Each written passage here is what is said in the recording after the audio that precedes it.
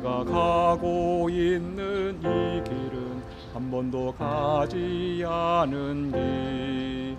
오늘 하루하루 순간도 다시는 오지 않을 시간. 우리를 살리시는 그 사랑 주님의 빛을 따라서 오늘도 우린 걸어가네 생명의 길. 네, 오늘 말씀은 유의미한 사랑이라는 제목으로 말씀을 증거하겠습니다. 본문 말씀은 고린도전서 13장 3절 말씀입니다.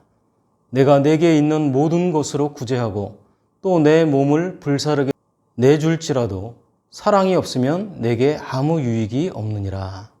아멘. 네, 예수님은 우리들을 사랑하심으로써 인생을 구제하시고 자신을 또한 희생하셨습니다. 하나님의 아들이신 예수 그리스도께서 십자가에서 목숨을 내어 죽음으로써 우리들을 구원하시는 사랑을 실천하셨습니다.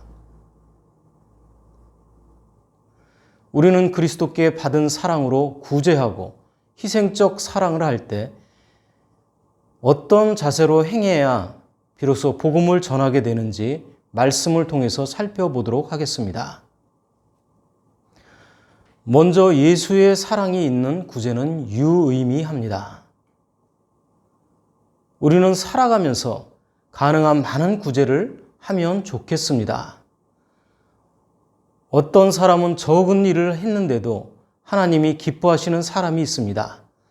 반면에 많은 일을 하고도 하나님이 외면하시는 사람도 있습니다. 그래서 주님의 사역은 많은 일보다는 전심으로 하는 것이 더 중요합니다. 고린도전서 13장 3절 말씀입니다. 내가 내게 있는 모든 것으로 구제하고 사랑이 없으면 내게 아무 유익이 없느니라.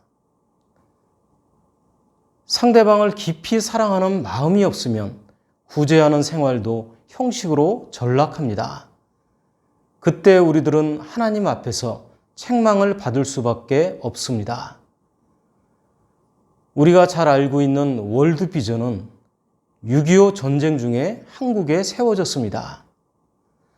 1950년 한국 전쟁 당시 고아와 미망인들을 돕기 위해서 미국인 선교사 바피어스 목사와 한경직 목사에 의해 설립된 기독교 국제 구호 단체입니다. 한국 전쟁의 현장에서 바피어스 목사는 거리에서 죽어가는 수많은 어린 생명들을 보면서 그 생명들을 살릴 수 있는 전문 구호 기관을 만들어야겠다고 결심했습니다. 그래서 그는 이 결심을 실행에 옮겨 1950년 미국 오리건주 포틀랜드에 사무실을 열고 교회를 중심으로 모금을 했습니다. 그리고 한경직 목사와 함께 한국의 전쟁 고아들과 과부들을 돕기 시작했습니다. 이것이 월드비전의 첫 걸음입니다.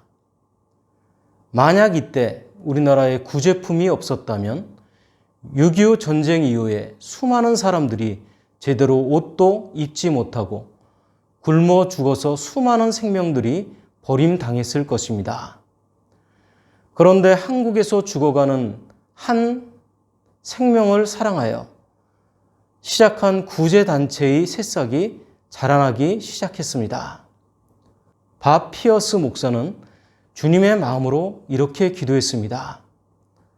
하나님의 마음을 아프게 하는 것들로 인해 나의 마음도 아프게 하소서.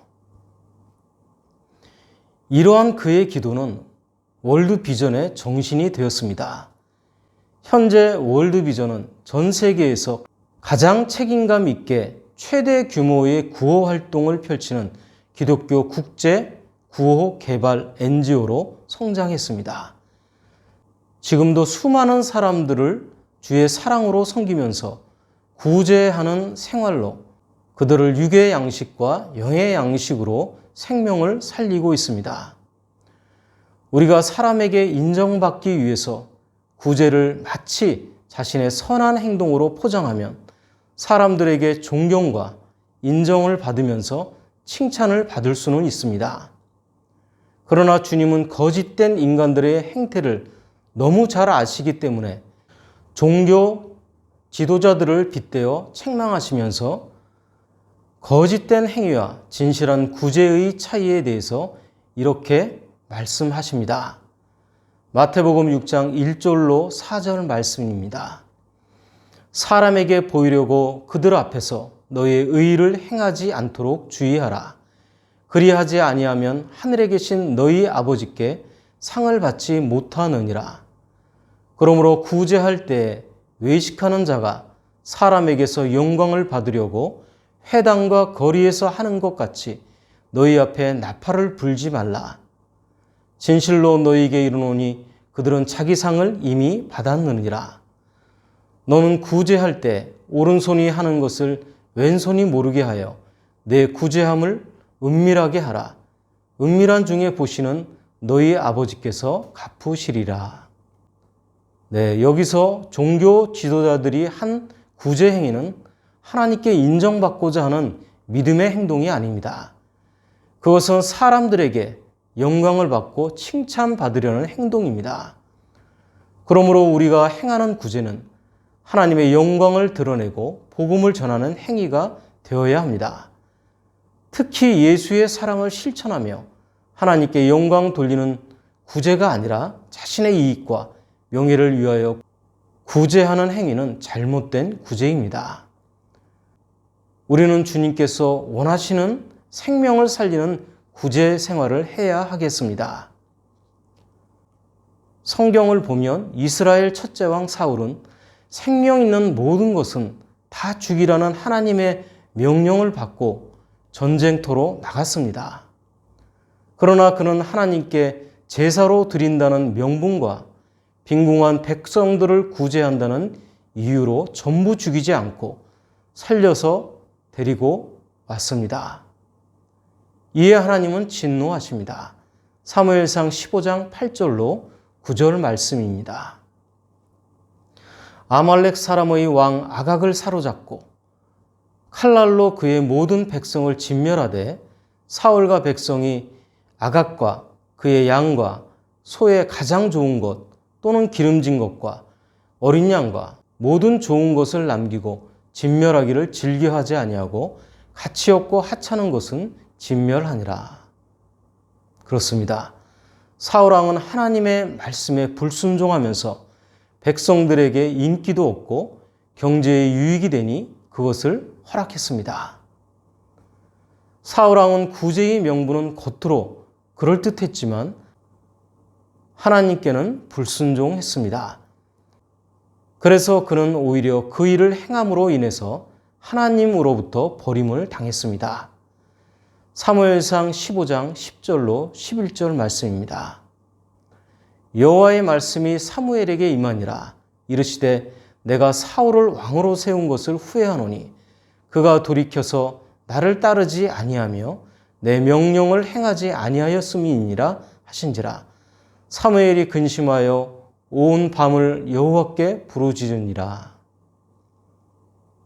네, 이렇게 우리가 구제를 해도 하나님의 사랑이 없이 하는 것은 아무런 유익을 주지 못합니다. 이 사랑이 아버지 하나님께 순종하는 예수 그리스도의 순종이고 그 순종은 하나님의 사랑이 충만하기에 실현할 수 있기 때문입니다. 세상 사람들도 자선으로 구제 생활을 합니다.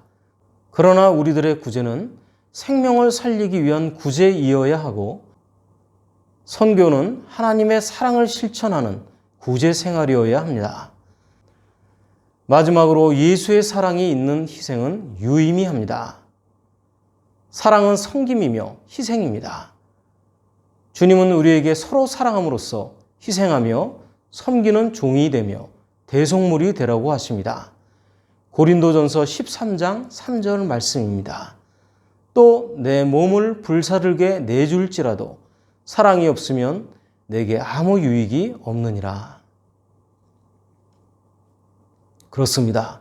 주 안에서 믿음과 소망 그리고 사랑은 완전한 생활을 하기 위해서 필요한 것입니다. 또한 우리들이 주님을 닮아가는 생활입니다. 희생은 온전한 주님의 사랑이 무언가를 우리들에게 가르쳐 주고 있습니다. 그리고 희생은 사랑의 열매를 맺도록 실천하기 위한 주님을 닮아가는 생활입니다. 진정한 사랑 없이도 자신의 생명을 희생하면서 행동하는 이방 종교들을 볼 수 있습니다. 진정한 사랑의 행동은 나에게 또한 우리 모두에게 유익을 줍니다. 그러나 때로는 그릇된 이방 종교인들이 남의 생명을 미워하고 행동함으로 생명을 멸하는 행동으로 모두에게 고통과 씻을 수 없는 아픔을 주기도 합니다. 그래서 사랑의 행동은 주님을 볼 수 있고 느낄 수 있으며 드러나게 해야 합니다. 내가 희생하고 봉사함으로 이웃에게 도움이 되고 주님을 보여줄 수 있다면 선별하여 활용할 줄 알아야 하는 것입니다. 교회사를 살펴보면 주님을 믿는 믿음을 지키려고 장작더미에 묶여서 화형을 당한 사람들이 있습니다. 그 중에서 사도 요한의 제자인 순교자 폴리갑도 있었습니다. 서머나 교회의 감독 폴리갑의 제목은 황제의 관점에서 무신론자였고 그러한 이유로 화형되어 순교했습니다. 이 시대는 로마의 도미티안 황제 때부터 황제 숭배를 본격적으로 시작했습니다. 그래서 로마 시민들은 황제를 향해서 우리 주, 우리 하나님이라는 명칭을 사용해야 했습니다. 그런데 폴리갑은 황제에게 이렇게 호칭하기를 거부했습니다. 역사가 필립 셰프는 서머나 교회의 감독 폴리갑의 최후를 이렇게 전하고 있습니다. 처형자들은 채찍으로 그를 몹시 때렸으며 마침 불태웠습니다. 더욱이 신체의 일부가 훼손되어 보일 정도였습니다. 처형자들은 미처 타지 못한 신체를 야수의 밥으로 던져버렸습니다. 그런데 그가 화형에 처하기 전에 한 가지 제안을 받습니다. 내가 만약 로마의 시저를 숭배하고 예수를 부인하면 지금까지의 이 박해를 그만두고 특별한 대우를 하겠다. 이에 폴리갑은 그 제안 앞에서 이렇게 대답했습니다. 86년간 나를 해침이 없이 나에게 성실하셨던 나의 왕, 나의 주님, 그분을 지금 부인할 이유가 어디 있겠습니까? 나는 그를 사랑합니다. 이렇게 그는 화형을 당하면서도 끝까지 믿음을 지키고 주님을 사랑한다고 고백했습니다. 우리들도 폴리갑처럼 아무리 어렵고 고통스러운 순간이 온다 할지라도 우리가 믿는 주님을 향한 고백은 변함없이 사랑의 고백이 되어야겠습니다. 주님은 우리들을 사랑하셔서 자신을 버려 희생하시면서 죽기까지 우리들을 사랑하셨기 때문입니다. 요한일서 4장 10절 말씀입니다. 사랑은 여기 있으니 우리가 하나님을 사랑한 것이 아니요 하나님이 우리를 사랑하사 우리 죄를 속하기 위하여 화목제물로 그 아들을 보내셨음이라. 네, 우리는 주님이 하신 사랑을 실천하고 행하여 이 사랑을 닮아가는 생활을 해야겠습니다.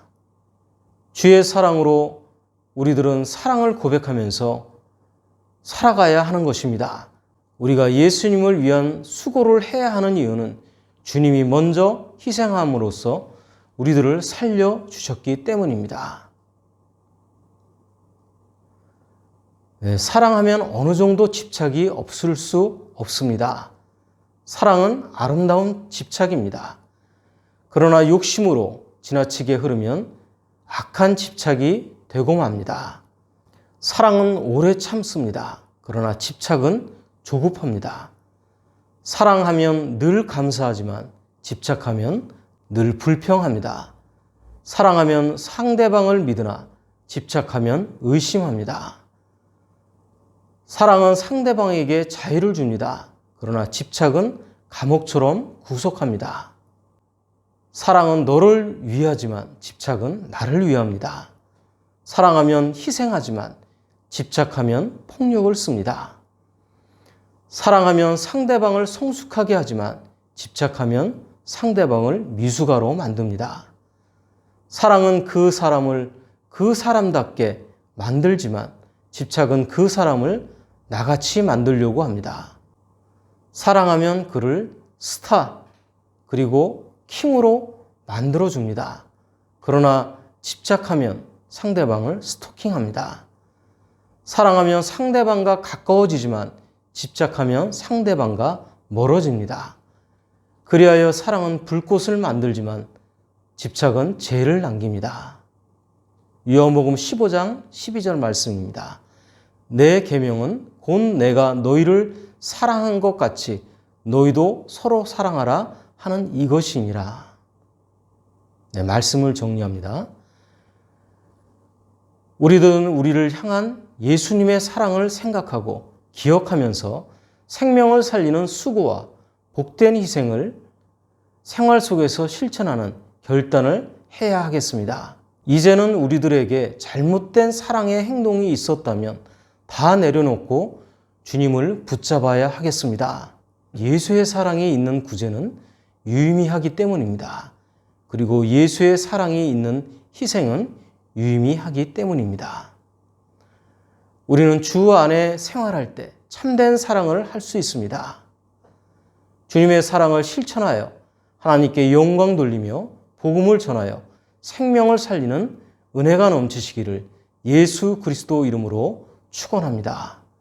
네, 오늘 말씀은 성부와 성자와 성령의 이름으로 말씀드렸습니다. 나는 주님의 제자 낙심하지 않으며 절망 속에서도 실망